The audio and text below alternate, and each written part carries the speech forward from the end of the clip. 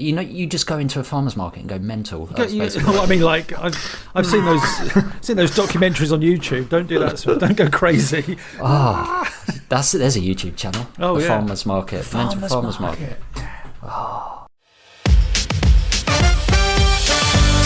Hello, you are listening to Off Radar. It's a movie podcast. I'm James Smith, a professional film and video editor. I'm James Eatock, a freelance writer and illustrator specialising in 1980s cartoons. And I'm Neil Brock, aka Nige, the man with two names, former film journalist and currently working in the games industry. Each week, one of us picks a movie that all three of us either haven't seen in many years or in some cases haven't seen at all. We each watch the chosen movie, return to the microphone and let you all know exactly what we thought of it. I'd never really had any interest in watching it and I was proved absolutely right. I think it's amazing. I really, really love this film. The film's still a pile of steaming dog shit. If you fancy joining in and suggesting a movie for us to watch, why not tweet us at Off Radar Podcast or email us on offradarpod@gmail.com. If you like what you hear, please subscribe, share, and by all means, leave a review. For now, strap in, turn the volume up, and let's go Off Radar. Hello, welcome back to Off Radar, and here we are again for our Halloween special. I am James Smith, and joined by a rather red and scary Neil Brock. I want to suck your blood. I was wondering what he's going to say there. And Eatock, he always likes to suck. Just his reviews suck. Don't listen to a word he says. I don't know what. And James Eatock. Hello. Was that a... Oh, I wonder what it could be. Was that an accent? That might be an accent. Mine was from Dracula Dead and Loving It with Leslie Nielsen. If you may not remember that, not very good film. I don't remember that, but I can, Was it Mel Brooks did that? It might have been, actually, which is really sad. Was this before or after Surf Ninjas? That's the only reference point we should use. I reckon it would have. I'm going to Nielsen. guess it was after, because this was during the film we're about to talk about came out, and then I think this followed that and Interview with the Vampire. Oh yeah, good. Another vampire film. Yeah, we'll get to that. Is another vampire film, but yes, to put you out of your misery, Dracula Dead and Loving It. 93. Actually, wow. Surf Ninjas came out in 93. Dracula Dead and Loving It came out in 1995 and was directed by Mel Brooks. So yeah, we did Surf Ninjas as previous pod for anyone who's like, what the hell is this film? Or they might be going, they did Surf Ninjas, holy shit, I need to go and find that right now. I need to see that. Yeah. I think it was one of those ones you can watch for free from memory. I tell you what is anyway. I'll tell you what is on YouTube. I just checked.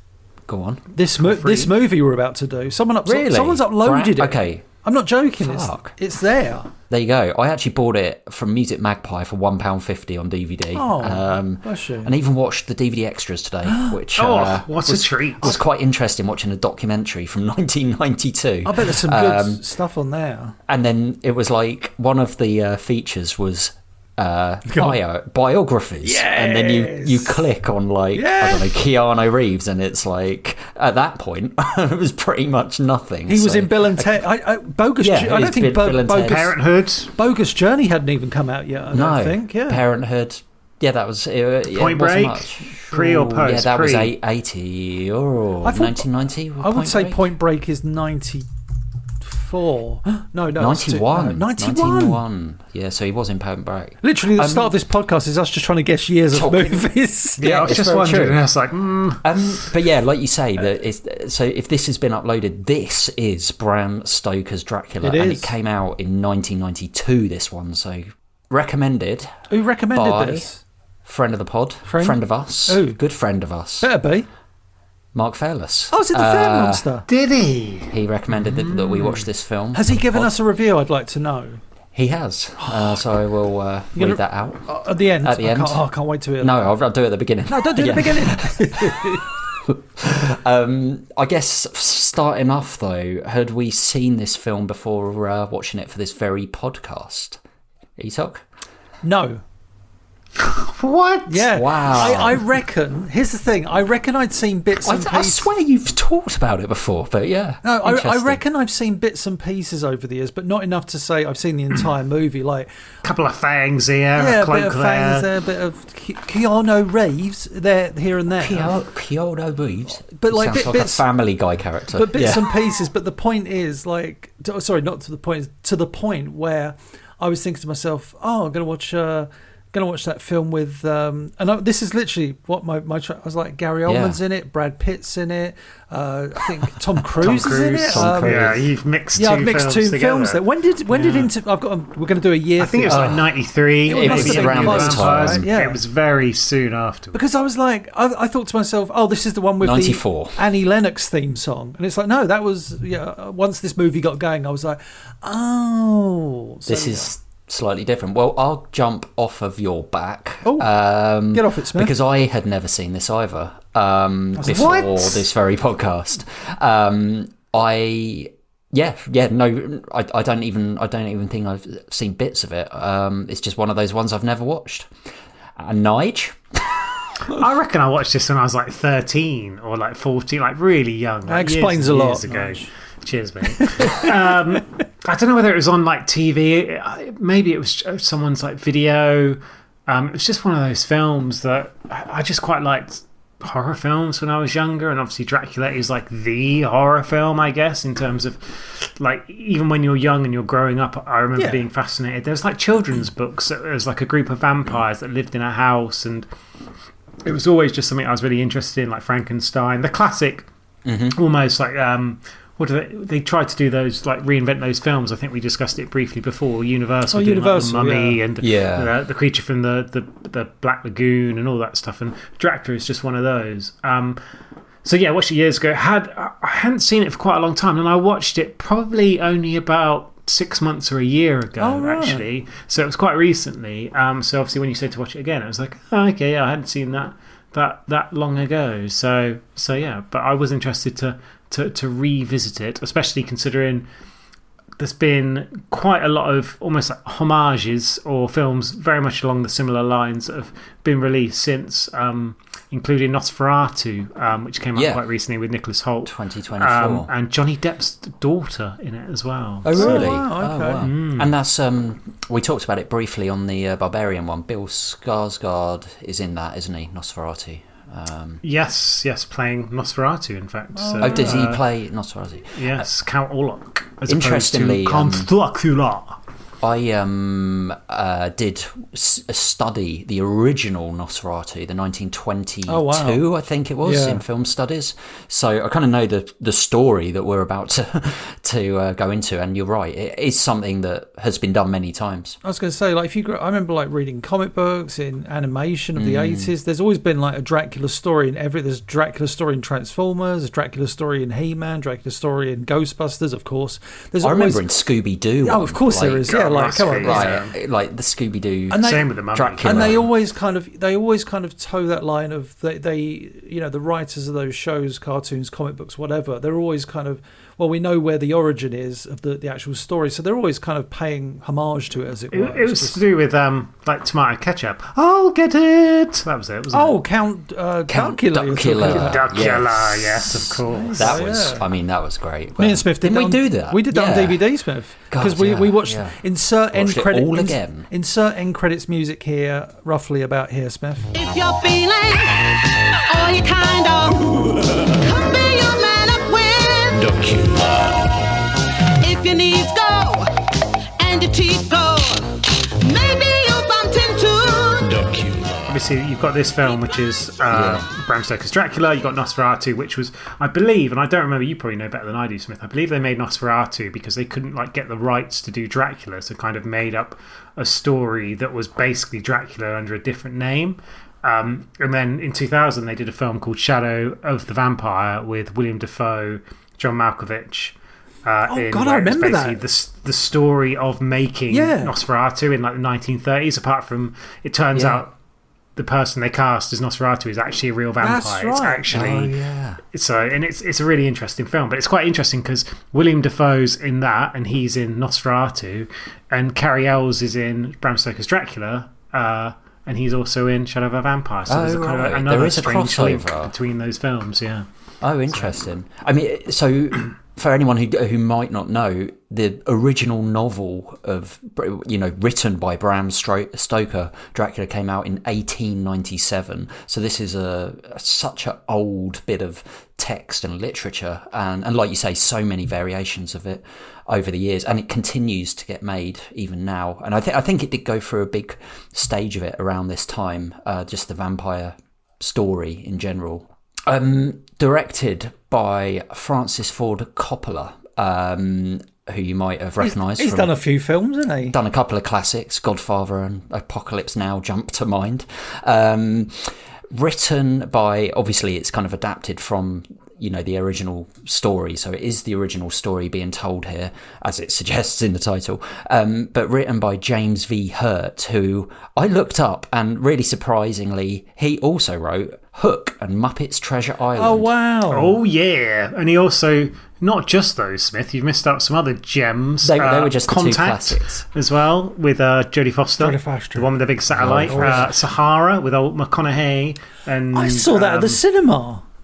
There you go. Wow. It's one of those movies I completely forgot about until Nige just said Sahara. I was like, I remember seeing that at the cinema. I don't remember a thing about it. And he also did Lara Croft Tomb Raider, The Cradle of Life. So there's a treat. Quite a weird mix. Yeah. Especially this one, in between all of those. Well, to be honest, he had source material he could kind of work from. I suppose Hook, he had material he could work. I suppose Treasure Island. There seems to be a theme here. Yeah, there is. Cast. Wow. Okay. Yeah, as you say, Gary Oldman as Dracula, Winona Ryder. Sir Gary Oldman to you, mate. Not to me. We're on first name basis. Winona Ryder, Anthony Hopkins. He's got to be a sir as well, probably. He is. Keanu Reeves, as we said, Richard E. Grant, Carrie Elwes. How do you say it? The guy from Saw. Carrie guy from Saw, the guy from Princess Bride, mate. Come on. Is that the guy from Saw? I haven't seen that. And Robin Hood, Men in Tights. Have you never watched Princess Bride, you moron? No, I remember you telling us about it on the romance. Have you seen it? Yeah, I actually saw it we rented it from the video store, because I remember Andre the Giant on the cover, and I was like, it's Andre the Giant, even though I vaguely knew what about it. I think we spoke about that on our rom-com episode, and it's kind of been on my list. Really? You've got Felicity would love it as well. So we'll watch one day. Sadie Frost, Tom Waits, Monica Bellucci. Tom Waits is great. Yeah, I didn't actually recognise him until I just read that out, to be honest. Quite a few people in this film. Monica Bellucci's first Hollywood film as well. Is it really? Yeah. No. Wow. Yeah. What's this about, Etok? Vlad Dracula, a man of God, battles the invading Ottoman Empire. Victorious, he returns to his castle, only to learn that his wife Elizabeth, believing him to have died in battle, has committed suicide. Enraged, having been told by one of the priests that Elizabeth's soul has been damned to hell by God for taking her own life, Vlad renounces God, vows allegiance to evil, and plunges his sword into the cross that resides in the chapel. This act of aggression causes the stone cross to erupt in a fountain of blood that he hurriedly consumes, damning his soul, giving him the powers of all darkness, and transforming him, in that moment, into a vampire. 4 centuries later, a still-living Vlad Dracula is making his presence felt in London, purchasing numerous properties, prompting solicitor Jonathan Harker to visit the man in Transylvania.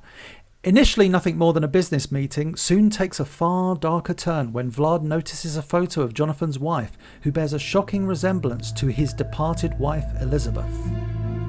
Here occurred the frightening and shocking history of Prince Dracula and the woman he loved. I have crossed oceans of time to find you. Ja. Dracula. There's a sinister, darker side to him I find irresistible. I have never met any man with such a passion for life. He is unlike any man. Nice, Etok. I mean, you set up the beginning. I thought I should, because it's very really well. Yeah. And I guess kind of going back to your point, Nige, on the kind of origin, this film sets up the origin of Dracula really well, because we see this whole history right at the beginning of the film. But I think what's really good about this battle, as you say, is like the visual style. Oh, it's amazing. Just it's incredible, yeah. Pronounced straight away with the silhouettes of the knights. It's like a stage play, though. That's what I find so fascinating. Sort of quite early on, they were kind of looking into what they were going to do for this film, and obviously the style. And Francis Ford Coppola had kind of been well known for delivering slightly bonkers movies, well over budget, and far later than really he should have done. Obviously Apocalypse Now being the prime example of that. So he was determined to make this film on time, on budget, so most of it was shot on a stage rather than actually going to locations. And one of the things he did was get quite a well-renowned Japanese costume designer involved, because he kind of just wanted to do something a bit more original. And so her name's like Iko Iozaka. She'd never even seen a Dracula film prior to being hired on this one, and was initially hired as just an art director, and then when he saw her costume sketches, got involved as like the costume designer as well. And obviously that plays such a big part of like the look of Dracula, like you say, the silhouette and the colour of that opening scene when you've kind of got this red background, and, with his red armour, the fact that, which looks incredible. But the fact that obviously he was shooting on a sound stage, you couldn't have this giant, I mean, you think of films like Braveheart, Lord of the Rings, all these kind of films where there's tons and tons of people.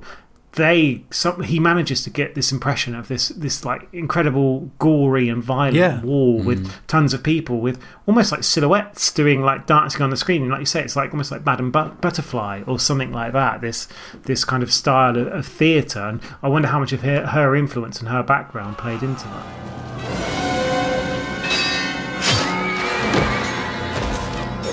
That shot of like after the battle when he's victorious, and you see all the impaled, obviously where Vlad the Impaler comes from, all the impaled like enemies and there's one that slides down the spear. It's like, oh, that's gruesome. But again, like Nige says, there's no gore. You don't see anything, and it's obviously in this it does become quite a gory film. But initially, it kind of eases you in. But you get the level of the hellish battle that took place.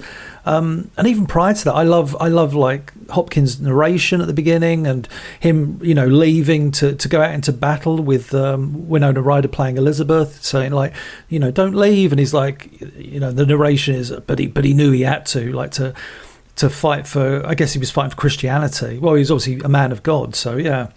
That was I thought it was a powerful kind of very few opening minutes.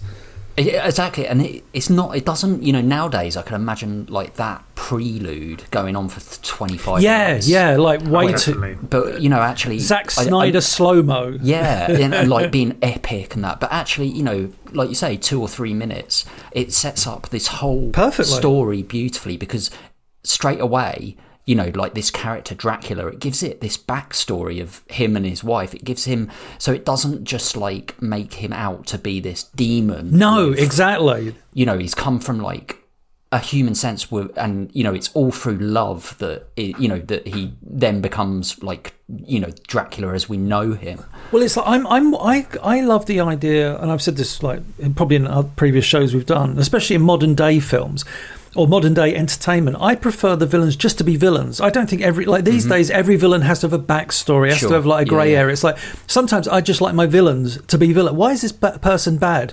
Because they are. But with this, you're taking a character that has, for a century been the bad guy with very. This feels this prelude, at least in this film, feels very kind of, like you say, it gives him purpose, it gives him reason. It makes you throughout the film go, oh, well, this is why. Like, I love that bit when he comes back to the castle. Like, Elizabeth's taken her own life because she was tricked into believing he'd died in battle, which shows her love for him. She can't live without him.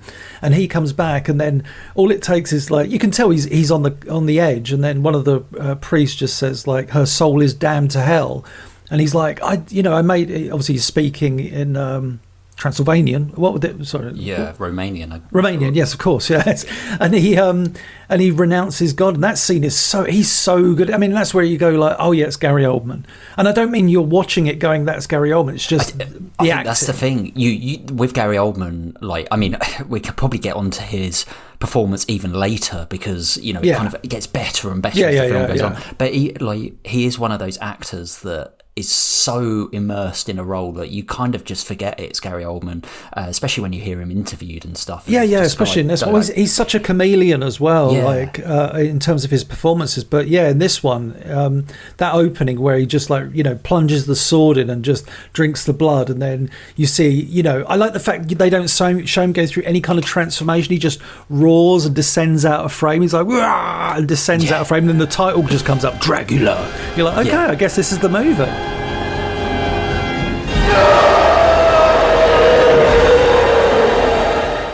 Well, it was interesting that they decided to do this because, like you say, they've kind of gone to this great effort to say it's Bram Stoker's Dracula.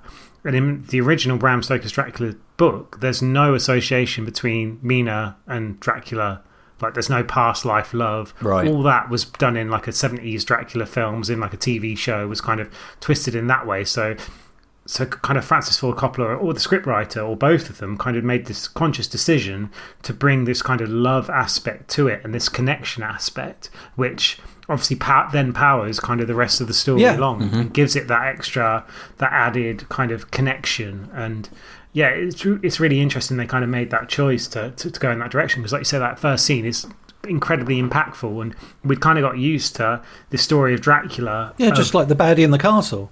Yeah, exactly, like this lone wolf, essentially, just like by himself with a big cloak on, a white face, can't go out in the sun, all those kind of classic tropes. When this film kind of leans, as I said, more into the kind of original story, but there's this kind of significant twist. Not to like, I was just going to say, like, just jumping on what Nige said, if you just remove that first scene, the whole film is like, it's just the same. It's just the baddie in the castle. And I think the other thing on that note is what's quite Shakespearean about it is obviously we've got Keanu Reeves' character Jonathan, so you've got the three of them in this kind of almost like sort of love triangle, like later in the film, which is like a kind of almost like Shakespearean technique that they use.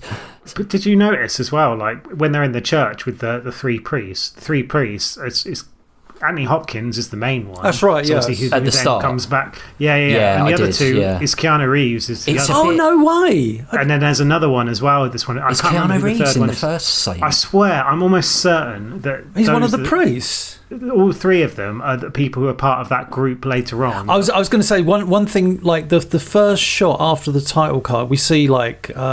I think it's like London, 4 centuries later. And one of my favourite shots of the movie, it's just like so brief, but it's Renfield in like an insane asylum. And it's like a really kind of extreme angle looking down.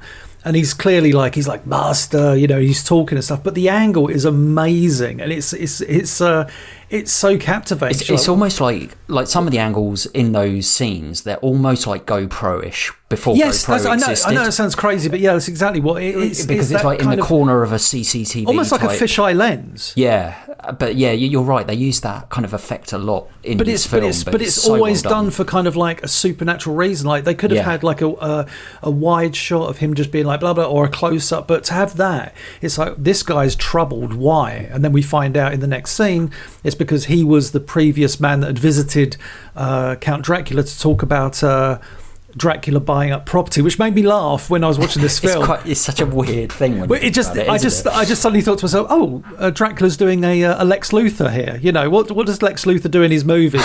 Lex Luthor's buying up land again. It's like there is a bizarre scene later on where he's like says to Keanu Reeves' character Jonathan, where are you buying all this land? Why are you buying all this land in London? And he's like, So it's almost a bit like hammy, but I love when Keanu Reeves is like, so obviously we meet Keanu Reeves and Winona Ryder, who Jonathan are Harker. obviously a couple, but Keanu Reeves travels to Transylvania, and I love these scenes of travel anywhere in the film. That sequence right? is amazing. But yeah, the trees and the train and like some of the setting, it's like some of it as well. The stuff on the train, almost Evil Dead-y, like with the trees and the that's like, not look. a bad shout. There is definitely a couple of Evil Dead influences later on with the wolf as well. There's the sort of running shot. The sequence with him travelling to Transylvania, I was absolutely... I went back and watched that like twice because I just thought it was amazing, because you can tell that's not... This is... I would say for the most part, this film is all done kind of in camera. That I very much doubt there's post-production in the traditional sense. Obviously, this is the early days of computers, but I very much doubt computers were using this. So I think this is all in camera. Like that shot where he's on the train, that is definitely rear projection. You can tell. I don't mean that in a horrible way. It's like it's obviously Coppola's trying to create this. It's a grand movie, but in these moments, it feels like something you'd see on stage. Like it feels flat, but at the same time, there's like an amazing visual depth to it. Like there's the bit when he looks at the map and the Transylvania glows on the map, and then the next shot is the map projected onto his face, and I was like, oh my god, I love that. And another thing I really appreciate about this movie was the sound design. Oh, it's amazing. The sound when they're in the design. castle, like all the little snorts and howls and the creaking. It's the soundtrack of the film at times. Obviously, the music and the strings often come in, and they have that theme throughout the whole film, which is beautifully done. But you're right, the groans and the moans, and even like in the kind of almost like the asylum type place, like that bit is great. Like the background noise there, but the sound design just generally is excellent. But the other thing I really liked about the travel scene when he gets there, I love the fact, I know it's so obvious, but like the low angles of the castle, the big castle, all shot like, again, it did remind me of like almost Evil Dead, like the way the trees are like almost not real trees, they're like almost like they're cartoon. Twisted. And there's no life there at all. There's no green. It's all bleak, and the red. The lighting is. Like, again, it's like a stage show. It's like the reds and the blues, like used throughout the whole film. Well, whenever we go back to like, what's his wife's name? Mina, Wilhelmina Murray. Like, whenever we go back to Wilhelmina, and kind of whilst he's in Transylvania, everything is kind of, Elizabethan, quite warm. It's quite... and then you go, whenever we're at Transylvania, I know it seems like an obvious choice, but at Transylvania, it's always cold and dark and hellish and like tense, even just like with, so many shots in this movie are. But like I say, it's not often that I watch a film and I come away going, that sound design was incredible. But when he first meets Dracula, when Jonathan first meets Dracula, but the shadow work with Dracula is insane. It's obvious, and yet it's so insanely well done. And again, this is all, you can tell this is all done on set. This isn't like, and in post we'll do this and then we'll outline. Yeah, like Coppola insisted on having practical effects and wanting to do it through camera trick. And even the scenes where you have like all the Dracula's brides who kind of like rise up from the bed. They couldn't figure out how to do it and ended up consulting like a professional magician and asking them how we can do. These are the kind of levels they went to, and I think the only bit of actual post-production kind of special effects, you sometimes see a blue flame, and there's the blue flame, and I remember like there's one shot where they're in the halls, you see a lightning bolt, and I was like, that's blatantly done that's optical, that's been done at a later stage. Oh, okay. Well, it wasn't stated to be as such. Maybe Smith read something, sort of watched something in his documentary that he watched in the DVD, but. You have to go back and check that bit. They didn't say about that, but in the documentary is fascinating in general, just because of its interviewing these people in 1992. But what it shows is all the rehearsals and the way they rehearse is exactly how you would rehearse like for a stage play. And Coppola, oh really? He made them all just sit and read out the actual book. Like they spent like 2 days as a group just being like.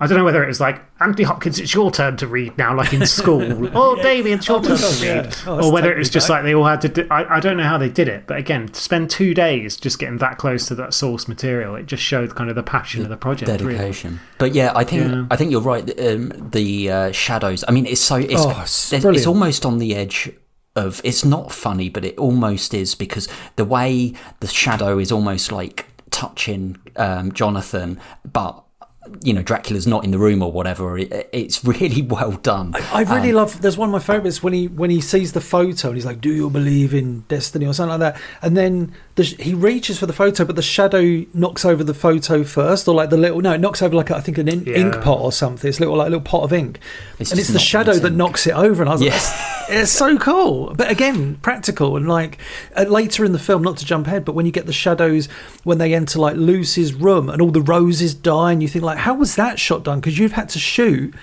actual roses decaying or flowers decaying. You'd have shot that in real time. How do you do the shadow? And again, I don't think this is them going like, right, in post, what we'll do is we'll add a shadow. Yeah. It's like they'd have had to do something where like this shadow It's weird because when you watch it nowadays, you maybe don't think about it because you're just used to it. But I think we would though. I'm not going to get into the whole thing, but like our generation would, because we grew up with practical effects and that age of computer imagery. So we saw that kind of going transition, to the point now where it's like anything is so possible. Not to go into the whole thing, but like AI just does anything anyway. So it's just like ugh. But then to me, this film definitely feels old in the sense of like that old style of filmmaking. Yeah, absolutely. It's going back to watching it, and again, I know it's a film where you've kind of got all these American actors kind of doing British accents, or a Welsh actor doing a Dutch accent, all these kind of weird elements to it. But it does feel very much. To me, it didn't even feel like a 90s film. It felt older than that. I get it that. almost, yeah, it almost felt like a 60s or 70s film in a lot of elements to it. And again, I suppose that was the fact it's kind of like a period horror, isn't it? Really. So yeah. I love the way, like, just talking about Dracula now, I love the way, obviously he's presented in so many different ways in this film. My God. Gary Oldman as him, Yeah. but when we first meet him in, like when Jonathan first meets him in the big long red cape that almost drapes down like a bride going to a wedding, the accent is, it's hammed up, but it's not on the edge. It's not like, I want to suck your blood. It's not like Malkovich in Around Us, like, it's not, pretty far out, and with this giant, like almost like light bulb head with the weird bouffant. And it is almost again, it is quite a out there look, but it's not played for a comic effect. I always found that look whenever like I say, not someone that's seen this movie at length and in full before, but I always found that image of him with the big bouffant, I always found that really eerie and creepy. I think it's because it's such an unnatural look. I'm not even talking about just like the makeup, I mean just the style. Like Nige said, that costume designer did something so incredible where it's like, think about he glides along the floor, when he just he's not walking, and just like again it suits it all so perfectly well. Going back to what Nige said about the costume designer, when you think about up until this point, Dracula had always looked one way, right? Like, that's the thing, the Widow's Peak, the cloak, the collar, the black and the suit, cloak, the red sort of bit of the white shirt. It's always been that. You think look. about films after this, how frequently we've seen Dracula done in a completely different way. Absolutely, yeah. I mean, we did a Dracula. We did a vampire film previously. We've done like obviously Lost Boys. We've spoken about briefly, and as part of other ones, we obviously did Near Dark as well, where it was more. It kind of changed the way that modern vampires were seen, but in terms of like traditional vampires, they were always shown a certain way. Maybe there's other things that we're not familiar with that kind of came before this, but to me it certainly felt like this was the change of how sort of Dracula could be interpreted. Agreed. Yeah, it was very striking and very unusual, and looking back on it now, I do think so much of that is down to that kind of costume design. Absolutely. The extremes, and I love it when he eventually does get to London. He's kind of got this like gentleman kind of look, but he's got this top hat and these glasses, sunglasses, the beard. It's almost a bit Johnny Deppy, like yeah, definitely. And it was one of those things where I was always so confused when I watched this film, and it's like, but he's out in the sun. How can Dracula kind of wander around in the sun? Like, surely he would just turn into a puff of smoke or dust or whatever happens in so many that kind of lore of vampires. But in the book, it was always the case of that just he's weaker in the sun, so he doesn't want to spend as much time while he rests, so he can be stronger during the night. Just his look is incredible. And Oldman, I mean, we know now, obviously, his career, he's done so many things that are out there. Like, you can look at the extremes between, say, Leon and Fifth Element, and even Slow Horses, the TV show now, where he basically just plays like a very sort of rundown looking bloke. But he has been able to turn his hand to so many different things. But it almost, like you said, feels like he plays multiple characters in this film. Like, at one point, he's a wolf. He's like a terror creature almost on the boat. He's the old man. He's the young man. He's Vlad the Impaler. He's the warrior. Exactly. Such a wide range, and at no point do you feel like he goes too far, or he doesn't go far enough, or he kind of misfires. And I think that's a testament to kind of him in terms of how he's got that range. I didn't hear you come in. Take care how you cut yourself. Jonathan's shaving. He's having a little shave. Nicks the neck, the classic. And it's the don't see his reflection in the mirror kind of thing. And there's one bit where it's like the hand on the shoulder, but he's in the door about 4 meters away. Yeah, exactly. I didn't hear you come in. He's like, and then there's it's just a continuity error. Yeah, exactly. It's just a really, but like really creepy, and you feel like, was this in the script, or is this Gary Oldman like really embracing kind of the role? It's one of those things that it's probably out there somewhere, but when he takes the razor blade off Jonathan, and he turns around and just briefly licks it. But that I was going to say, that scene culminates in probably the moment when I saw this, I was like, that's where I know this from, as in it's the one thing they always show when kind of mocking this film is Keanu Reeves like, I've seen many strange things already. Bloody wolves chasing me through some blue inferno. I've seen many strange things already. Bloody wolves chasing me through some blue inferno. And I was like, oh wow. The thing is though, like, I will say this in Keanu Reeves' defense, I didn't, yes, it's a bizarre accent. It didn't feel like, not as bad as I've heard some people make out. This isn't Dick Van Dyke, Mary Poppins. It's not necessarily the accent, it's how stilted he is. Yeah, okay. Yeah. Because I don't think Anthony Hopkins' accent is actually that good in this. Yes, and I don't think Winona Ryder's accent is good in this Winona's either. isn't. I think one of the things that just kind of damages this film a little bit, and again, not wanting to go like into the review, but something that became very apparent, sort of certainly rewatching this as well, because when I was younger, it's just like, Winona Ryder, oh my God, I'm in love with her. I didn't even almost recognise what was going on. But you put someone as domineering as Gary Oldman, you have someone as talented as Anthony Hopkins, and you're surrounded by quite young, inexperienced actors who are kind of used to playing certain types of roles, like more sort of traditional contemporary roles, and they kind of look a little bit out of their depth. And I think that's kind of what makes it a little bit jarring in some respects. There was a few scenes in this where, I know this is going to sound really mean, because I think we all love Keanu. He just strikes me as such a good actor. Definitely. Yeah. But there's a few scenes in this where it honestly felt like he was Ted. As in, Ted Theodore Logan, where Dracula is like, why did they give him the hair? I know. Why did they keep the hair? Like Gary like Oldman's doing like all these kind of really amazing speeches, and you just want him to go, whoa. Yeah, exactly. That's exactly whoa. You can see that happening, and like when he gets seduces by the women, like you mentioned. Like there's a bit there where he's like, hair's he's just all like looking like, and he's like, whoa, cool. I remember once, in college, I did like a media production kind of ND, whatever it was, and I remember one of the older classes was shooting like a music video where there was this quite attractive woman who was was at the college, and a bunch of guys who were dressed up as like, I think there was one who was dressed up as like a doctor, one was dressed up as like a builder, stuff like that. Right. And they had to get me in to like do an acting role where she sort of came up to me and like acted really sexy, and I had to like kind of stand there and be like, ooh, sexy lady. I want to see this. Yeah, I don't think the footage exists anymore, thank God. And I remember like, I just didn't know how to react. It was like the most wooden, like unbelievably, like, I just don't know where to look, what to do, anything like that. And I feel like Keanu's a little bit in that state for a lot of this film. And I mean, there's a bunch of trivia related to this, but I suppose it's appropriate to kind of touch on some of it, in the sense of like, he worked really hard on his accent, like we said, but Francis Ford Coppola later kind of said that he was just tried too hard, and he tried to coax that kind of natural element out of him, and just really, really struggled with it, and kind of said that even though sort of a lot of people afterwards said it wasn't the greatest performance, and he basically said the problem was he was trying to do it perfectly, and trying to do it perfectly came off as stilted. I tried to just get him to relax, not to do it so fastidiously rather.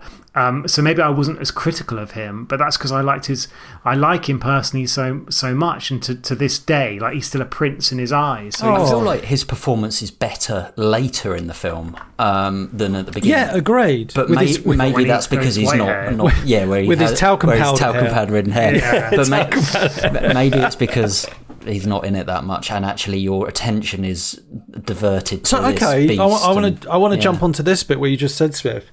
The interesting thing which I found really odd about this movie is, he gets seduced by the brides of Dracula, right? And it's all kind of all sexy and it's all weird and stuff. Then it goes even weirder. Then he screams, and then at this point he's kind of said in his journal or in a letter to Wilhelmina that he's a prisoner now. He acknowledges that he's a prisoner of Dracula, because Dracula initially says, "I want you to stay with me for a month," and he's like, "A month, sir," or whatever. And so now he's here as a prisoner. But then he kind of vanishes for about, I feel like 25 minutes of the movie, because at that point, obviously, and I understand in a way, but to the point where I completely forgot about him. When he comes back into the movie, I know you said like you feel that his performance is better, Smith, and I partly agree, but like you say, I think it's because he's hardly in. Yeah, I think you're right. I think that's why, because your attention is like, basically you're kind of now you become so enamored with invested with Gary Oldman's Dracula's, London, because as we've said, this isn't the weird thing about this movie is, if you said as a film about Dracula, it's like, okay, who's the hero? Is it Van Helsing? Is it Jonathan? And it's like, no, this is a film about Dracula. Dracula is the protagonist. But I think also they focus so much more on Mina as the film goes on. Yeah, as the film, their relationship. Yeah. So when her friend as well, Lucy, who gets obviously possessed and eventually turned.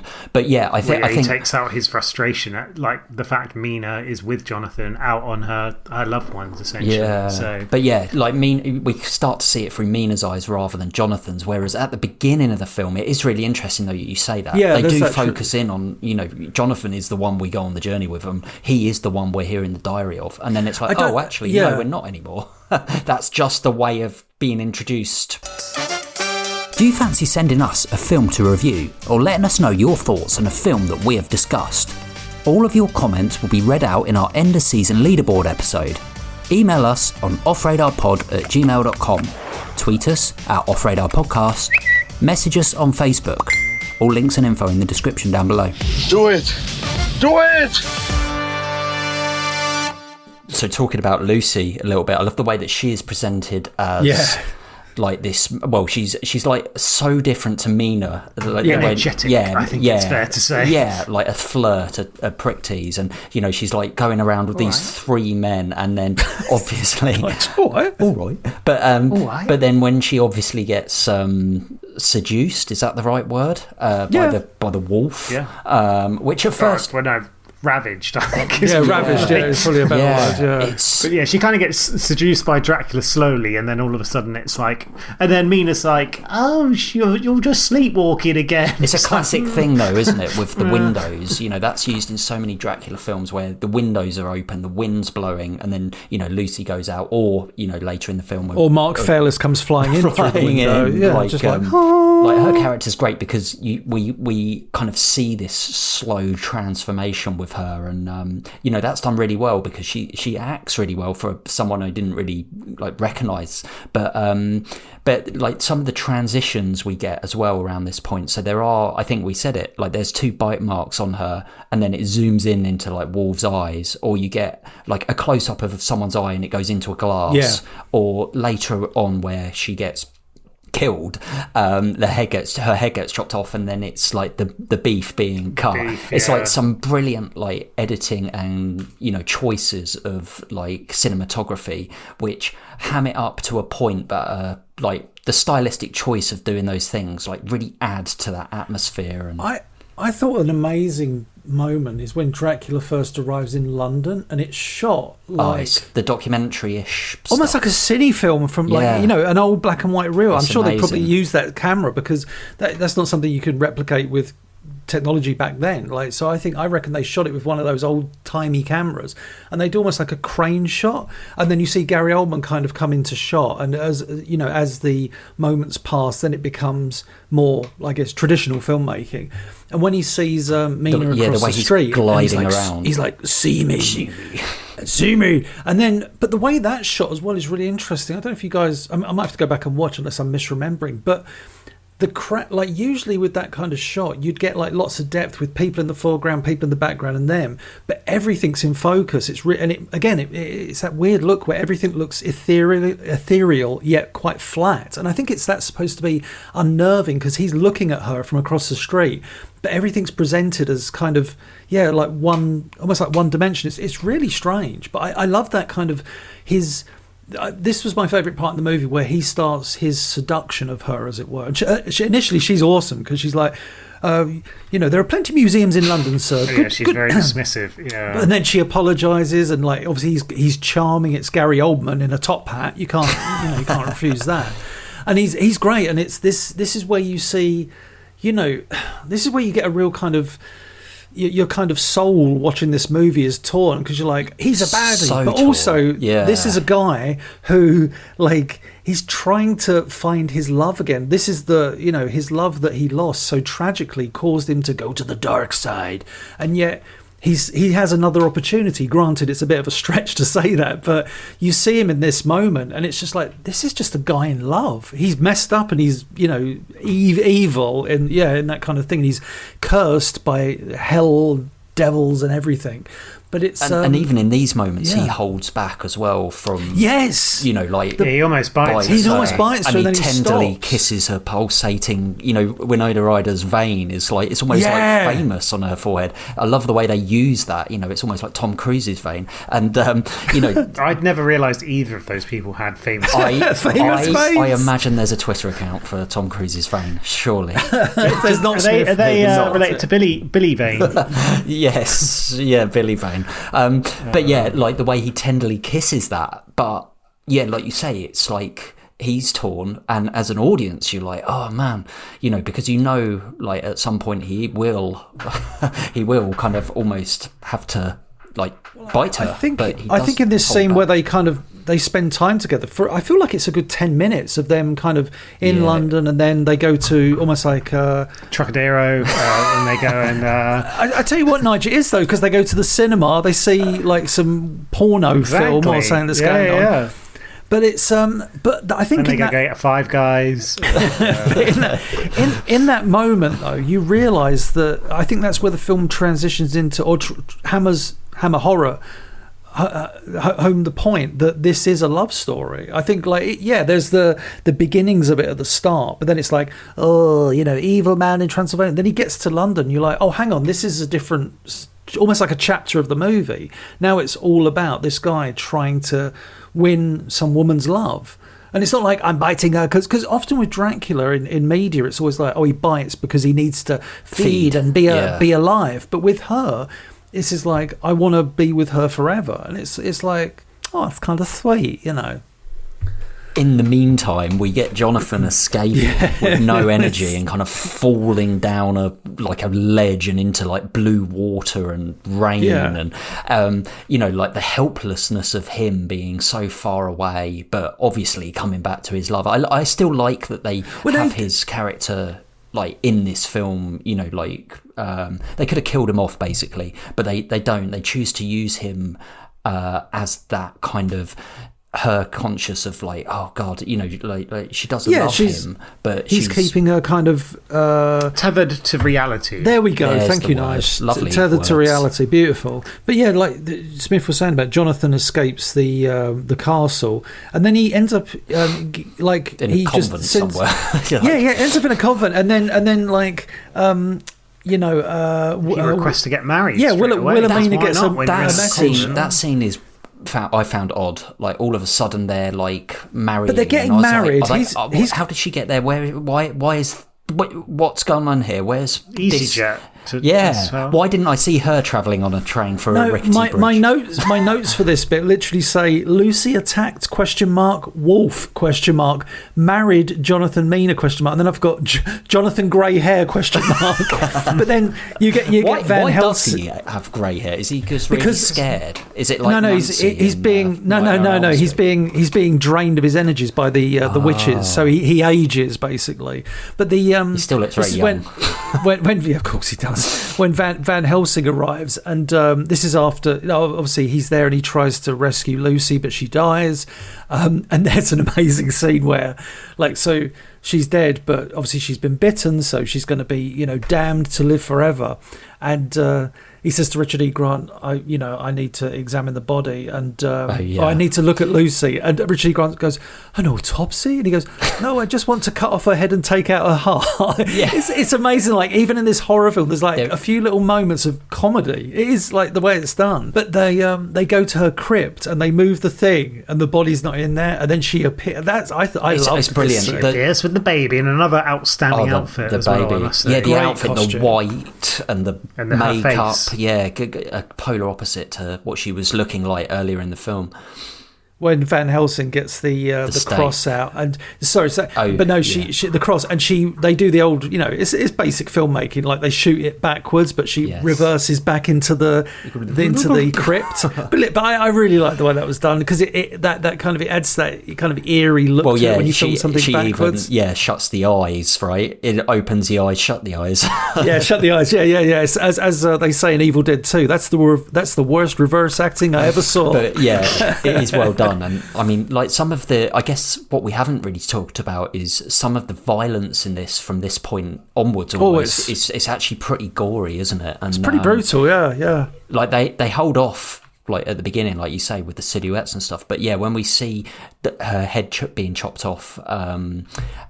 Before this, I suppose the blood coming out the cross right at the start is a bit of a precursor to what's coming. Pretty shining, isn't it? I suppose when blood's coming out of stone, it's a bit different than when it's coming out of like someone's head. Yeah, and going through the stake through the heart, and all those kind of classic kind of vampire techniques. Lucy, the bed almost explodes, like almost Freddy Krueger style with Johnny Depp in Nightmare on Elm Street. When the bed just, true. Yeah, it's just like, wow. The blood goes all over the room. But yeah, really well done. But the violence is, I don't know, it is violent, but it's never like, oh God, that's horrible. I don't know why. I was going to make a comparison, kind of Tarantino-esque blood, where it's so red. very very over the top blood, but it works within the context of this movie. It just feels like, because there's such obviously there's such a supernatural element to this film. Of course there is. The entire film's a supernatural movie, but I think with that gives you some kind of, there's like an ability to go, well, let's give a fountain of blood, or as Nige said, the blood out of the stone, not something that is usually achievable.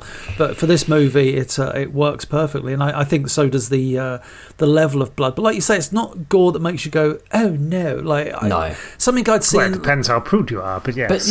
But something in Nightmare on Elm Street, I get put off by that kind of gore, where it's like I don't know, something about that gore, but this I found very, again, maybe because it's just in keeping with the story. You just expect the occasional beheading and stuff like that. You've got to go to him, and you've got to love him. She is a willing recruit and devoted disciple. She is the devil's concubine. Join me in eternal life.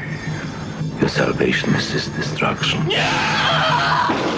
I was going to say, one thing I like about this film, I'm sure you both do as well, is I think like one or two occasions we get vampire cam, so it's his point of view. Yeah, it's true. And the way it's shot, Should have had a red light flashing in the corner of vampire cam. like Blair Witch. Yeah. But yeah, the way it's shot, it's like it's intermittent frames. It's kind of a bit like maybe they did it via stop motion or something, like the way they filmed it. But it's again, it just adds to that. That could be really silly in the hands of another director, but it feels like something Terry Gilliam would do. Actually, it's really kind of weird, and it kind of makes you go, oh, when he's like, I think that's when he first kind of goes, or when he goes after Lucy the second time. We get this beautiful scene, and they have this conversation, and she's like, I want him, and everything. She's saying, I love you, and he gives this wonderful speech about. He says that and it's a real kind of insight into the character, because again, this could be such a one-dimensional character of like, I am a baddie, I want to, like, we say, want to suck your blood. But here he talks about like he is lifeless and soulless. Yeah. He says, I'm hated and feared, I'm dead to all the world. And it doesn't feel like he's giving a pity speech. He's actually just saying, this is the life I live. And he says, I love you, and he's about to bite her, and then he goes, I wrote this down because I love this lady who's like, I love you too much to condemn you. But at this point she's smitten with him. I think it's an understatement. And so she's like, bite me, and he does. And it's and I wrote in my notes, sometimes it doesn't, I think this is what we said, sometimes it doesn't feel like she's under a spell, and I don't think she is. I think she's fallen in love with him, like, genuinely. And there's, as Nige said, there's that thing where it's almost like Elizabeth coming back into, like almost like into her body. Take me away from all this death. Obviously we get another kind of travel scene, which like you referenced the one earlier, and it's very similar in the fact that they do the same sort of like journey, as it were. It's like, no, we're going by train because it's faster than the ship or whatever. But the race as the sun is setting, it's reminiscent of like Apocalypse Now, like it's so well done. Like as the sun is going down over the clouds, you're waiting for him because they obviously want to kill him before he awakens for the night. But it's brilliant. And the music at this point, we should say, great. Like throughout the film, I was kind of waiting for the music to build because I felt like it was perfect throughout the whole film. But at this point, it finally like kicks into it hits gear, that crescendo. And I'm like, oh wow, I've been yeah. waiting like 2 hours almost for this crescendo, and it's kind of worth the wait. It finally ramps up. I love this bit of the movie because it is like, I guess, more of a traditional film where it's like we're in this race against time, and we've got to stop Dracula from getting back to his castle and basically regaining his power is how it's put. So you've got Jonathan Van Helsing, the three suitors, the three amigos, and Mina kind of with them, but she's obviously almost like an unwilling participant in this because she wants to be with Dracula. They have this. I'm not going to say it's anticlimactic, but it's a very brief battle towards the end. It's funny, isn't it? Yeah, because I felt like, this is kind of like that in a way. Yeah, it's kind of like I was waiting for this big epic thing, and then you think he's dead, but he's not. Like a big trope in horror movies. Dracula doesn't even get involved in the fight kind of thing. I suppose probably because if he was involved, he'd have just killed them all straight away. Because he's that powerful. It's just look, it's the Romanian random ragtag gang. It's the gypsies that they worship. It's right. Yeah, they're the worst.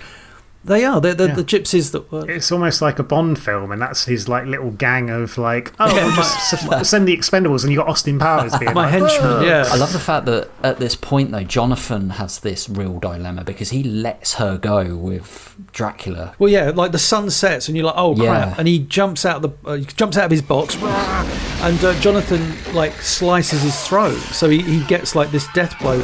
Just in that moment, and I think he stabs him as well, and then he does, he gets thrown, and then like you say, Jonathan is in this torn moment. No, wait, no, let them go, Our work is finished here. As Mina eventually has to kind of kill him and releases this curse, this is done really well, I think. It's beautiful because like. I guess as the audience, I kind of forget the kind of vampire rules. What happens when Dracula dies and stuff? Does she just die, or does she, is she forever condemned as the dead? She is released from she's the fine. curse. But that's, I kind of, as the audience, that's kind of what you want. But what is really, really well done about this ending is you never see the after. You don't see Mina reuniting with Jonathan or whoever else. You don't. It is literally end credits as he dies. I love the setting of that ending, because he's in the very same chapel where he renounced God. And then it's how the painting on the ceiling. The painting on the ceiling is like shot, isn't it? Yeah. It's Mina's love, or like her declaration of love for Vlad, is what basically saves him. And I think she says, acknowledges that in the dialogue, or someone does. And then you get the light shine on him, and he goes from his evil vampire appearance to looking like Vlad as we saw at the start of the film. And it's like he is, and I love that shot of him, like where you see his face, and it's just like, not to sound melodramatic, but he's like, he's been touched by God again, and it's just like, oh right, okay, now I'm back. I can ascend to the heavens. So he's free of this curse. She's now free of the curse. And then the last shot is Mina looks up, and this beautiful kind of painting on the ceiling shows Vlad and Elizabeth ascending to heaven. It's just like, oh, that is like the weird happy ending. That's the funny thing. I haven't watched the trailer for this movie. Maybe I saw it back in the day. I probably did, but I highly doubt it was like promoted as a love story. I bet it was primarily. Oh, yeah. Van Helsing, explosions, Keanu Reeves, like that kind of thing, like blood. There's a balm on the castle. There's a balm on the Dracula. But but the truth is, it's a really beautiful. It's a really beautiful love story, I think. Nige, bring us home with some trivia. Well, like the film, so Winona Ryder already had a relationship with Francis Ford Coppola, professional relationship, I hasten to add, in the sense like she was cast as the role in Godfather Part 3.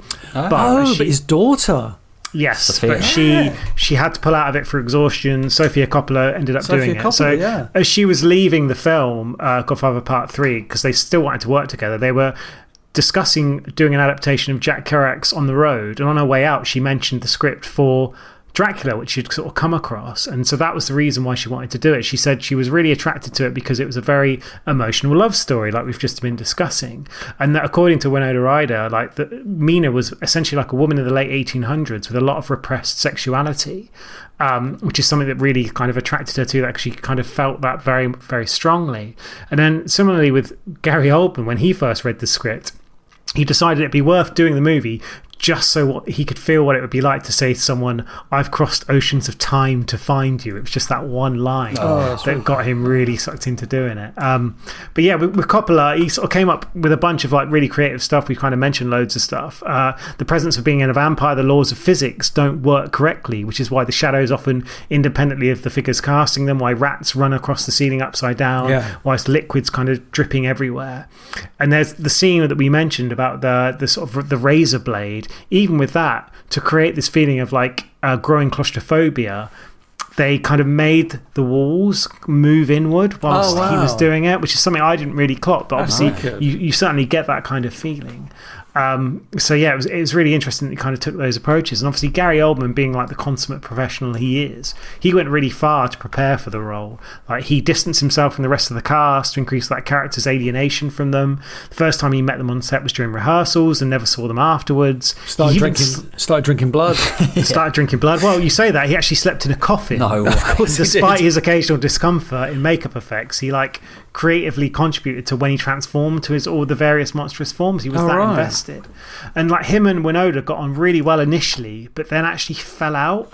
They were fine during rehearsals, but then they sort of there was a break in the schedule, and they came back and they just sort of hated each other. No way. And Ryder later said there was a danger working with him because he found his acting style so intense. But apparently they've long since made peace. But there was a bit where apparently he played a practical joke on her, and this is according to an extra who was on the film. During the scene when Dracula first arrives in London, they meet on the street.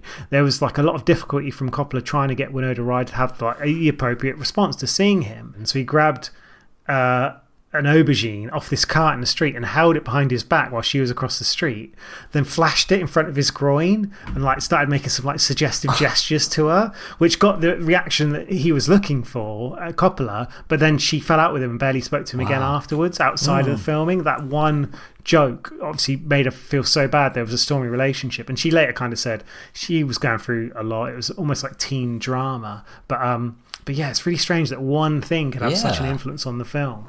And apparently, Coppola, he screened it for his close friend George Lucas, who suggested, in adherence to like the vampire mythology, that Mina should decapitate Dracula as the ultimate release for him to reach heaven. And that scene was actually shot, or that piece of the scene was shot 3 weeks before the movie's release, and after it was originally shot. So there was that bit. And then we always talk a little bit about casting. So Robin Williams was originally cast as the Wolf. Yes. Nice. No, he wasn't. Sadly not. But there was a bunch of people who auditioned for Dracula. Andy Garcia, who, whilst interested, was concerned about the number of sex scenes. Gabriel Byrne. Antonio Banderas. Viggo Mortensen as well. So Viggo's an interesting choice. Yeah. That would be interesting.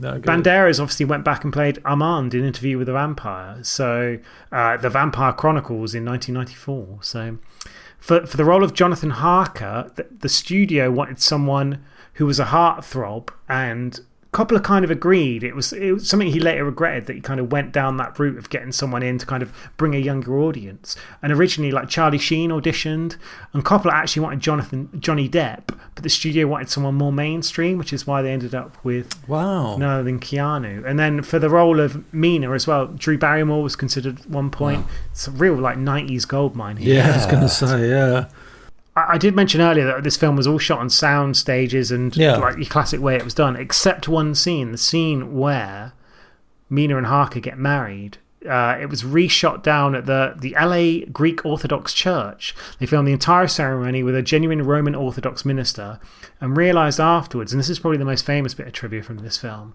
that Winona Ryder and Keanu Reeves may have actually really been married. Wow, I didn't Not in a legal this. sense, but under the eyes of God, as Ryder claims. Wow. Reeves has since confessed he often gets text messages from Ryder that says, "Hello, husband." And they're both completely fine with it. And neither of them have ever actually got married. Is that true? So, yeah. As far as I'm aware, I'm pretty sure this was certainly the case last time I looked, sort of a few years back, when you're just like, oh yeah, who's Winona Ryder married to? Oh no, she's never got married. And same with Keanu as maybe well. they could So, each other. Whoa, are really married. Nice. Nige's trivia.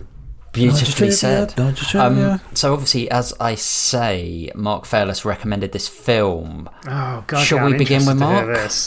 Absolutely. Yeah. Let's do Mark. So Mark has emailed me today, and he has put, maybe I'm talking to the wrong people, but I'm surprised by how overlooked BSD seems to be. Fair enough, poor old Keanu isn't his best here, but pretty much everything else ticks all the boxes needed for a gothic horror classic. Gary Oldman steals the show as the man himself, hamming it up to the rafters in what has to be one of the his most enjoyable roles. The cast is also packed with famous faces, quite fun to pick them all out. The soundtrack is fantastic, and the opening Dracula The Beginning is one of my favourite horror tracks of all time. Set, costume, makeup design is A-class, and piles it on so thick you can almost smell the coffins.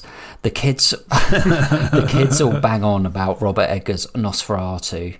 I'll leave it to Nige's Trivia Corner to talk about how Nos and Drac are essentially the same thing. Well, I'm just going to jump in here, but we are going to do Nosferatu in a later podcast, so we will do some... As in the modern one as opposed to the original. The 2024 one. And while that looks fantastic with all the benefits of modern technology, it's just a bit dull in comparison. So Mark says, get your cape on and give this a watch. 8.5 out of 10. Oh, so a high score. So obviously myself and Etok have not seen this film before. Nige, you have. Maybe I have. You should go first. Go on, Nige. All right. So Bram Stoker's Dracula, as I said, I watched it years and years ago. Like, this film was a massive success. Cost 40 million to make, made 216 million back. Got nominated for 4 Oscars. 4? Yeah, actually won 3 as well. So it won best costume design, best makeup, best sound editing. Obviously, that's something you mentioned earlier. Also got nominated for best art direction. For me, this film feels like when I was on the Crystal Maze and I get to the end. Oh God! And I go into the Crystal Dome and I'm grabbing the gold and silver tokens. Right, exactly. I'm grabbing the gold and the silver tokens, and I'm reaching out and I'm getting loads, and I'm stuffing them in. This is good. There's tons of gold tokens, But then I get to the end and they count the silver tokens, and there's more silver tokens. For me, this film is like that. There's so much that is wonderful about this film, but there's so much I just can't get on with, to the point that I really struggle with it. So interesting. I feel like a lot of the cast is so bad that it detracts from this. I feel like Winona Ryder, Keanu Reeves, even like Carrie Ells, just... I almost can't watch the scenes they're in. I just find it that I just become completely detached from it.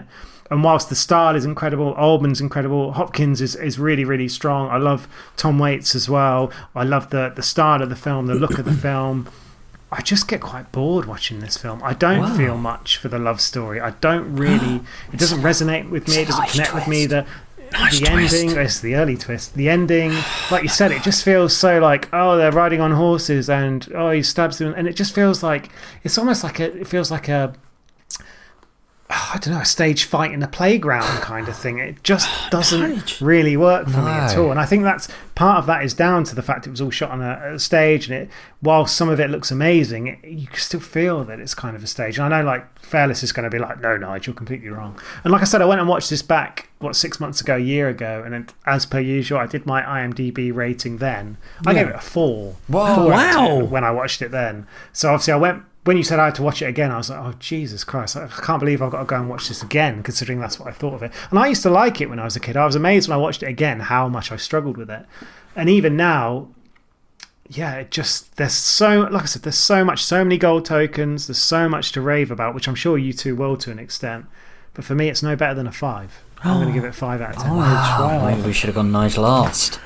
No. You would have known what I was going to do. I didn't see that coming though. I didn't see it coming. That was fair enough. Interesting though. And it's weird with like Francis Ford Coppola as well. Like he has done some unbelievably great films. Once he got into the 90s, it kind of dropped off the cliff. And we talked about The Rainmaker as part of like Matt Damon's movies. I never realised he made that. He made like a John Grisham film, and it was like his last major film before that, Metropolis. That he did Megatropolis, rather. He did a lot of like indie films, but yeah, it's it's an interesting character as Coppola. But anyway.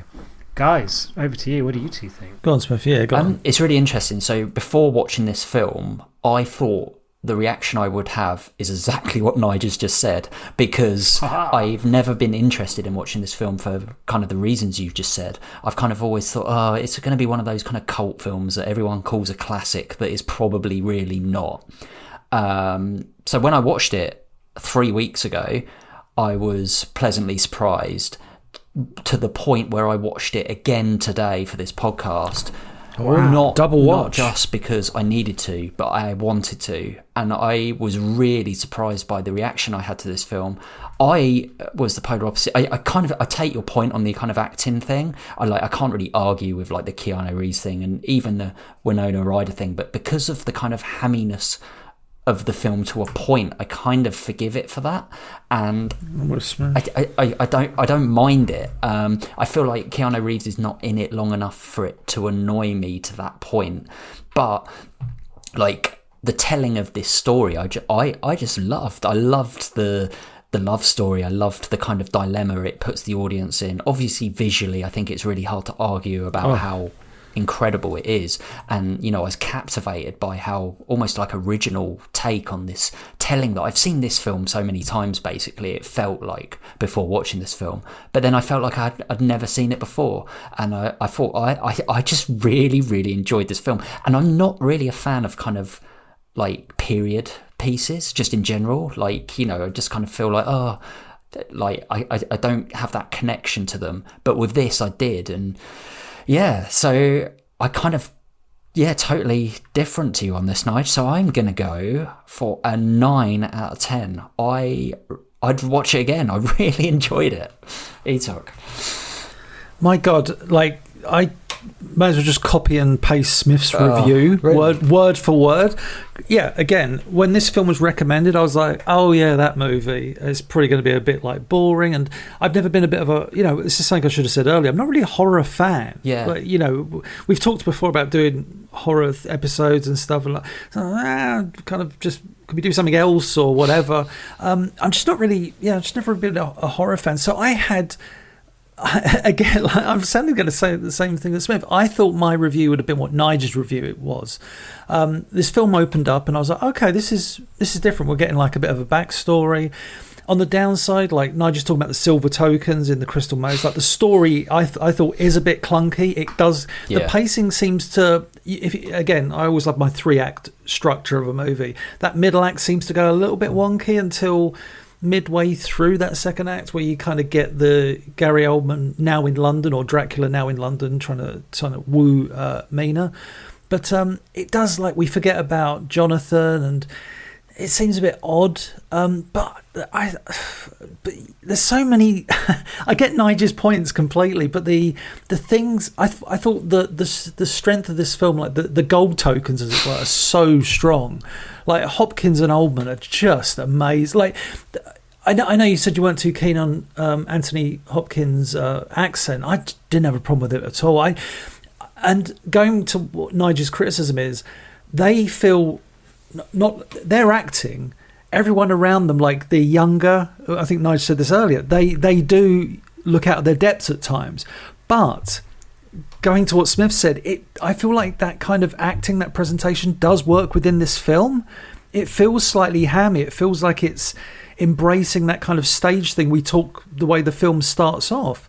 I just love the love story aspect of this, something that I was not expecting in this movie. And even when I saw it going down that route, I thought it was going to be like this and like that.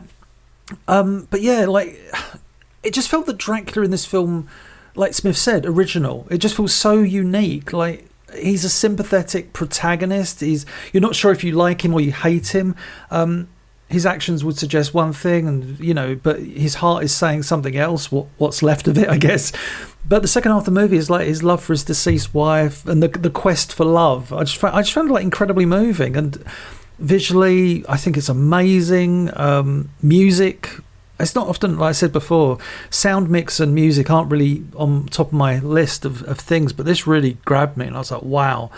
As I was watching it, I had a rating in my brain, but by the end, kind of looking back at it as a whole, it was just like, it was a bigger rating. So I'm not going to be as big as Smith. I think I'm actually going to go for a point. So I'm going to do it an 8.5 out of 10. Fairless 8.5. Yeah, I was heading there, but like I think midway through the film I was teetering at a 6 because I was just like, I can't see where this story. And then it just, for me, the moment Dracula arrives in London, it's just like, oh, here we go. This is like, I feel like for me that's where I lose it. Like already I'm fed up with Harker, and I just feel like if you put people that maybe felt more suited for my taste at least in those like main roles, like sort of Mina, Harker, and potentially like a couple of the kind of friends or helpers or whatever you want to call it, it's elevated. It would be an 8, it would be a 9, it'd be something unbelievable. I just feel like having them up against the likes of Hopkins and Oldman, it's so noticeable that I just can't get over it. It's the silver tokens, Nige. I think that was actually a